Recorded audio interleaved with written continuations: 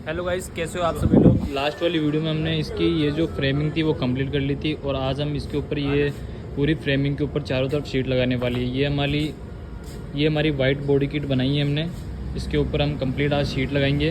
उसके बाद केवल हमारा सारे कंप्लीट कार के शीशे लगने का काम और बाकी रहेगा। सबसे पहले हम इसके राइट साइड के टायर के ऊपर फ्रेम कंप्लीट करेंगे शीट लगा के, फिर चारों टायर्स को बनाएंगे। उसके बाद साइड की जो बॉडी किट का वर्क है वो करेंगे।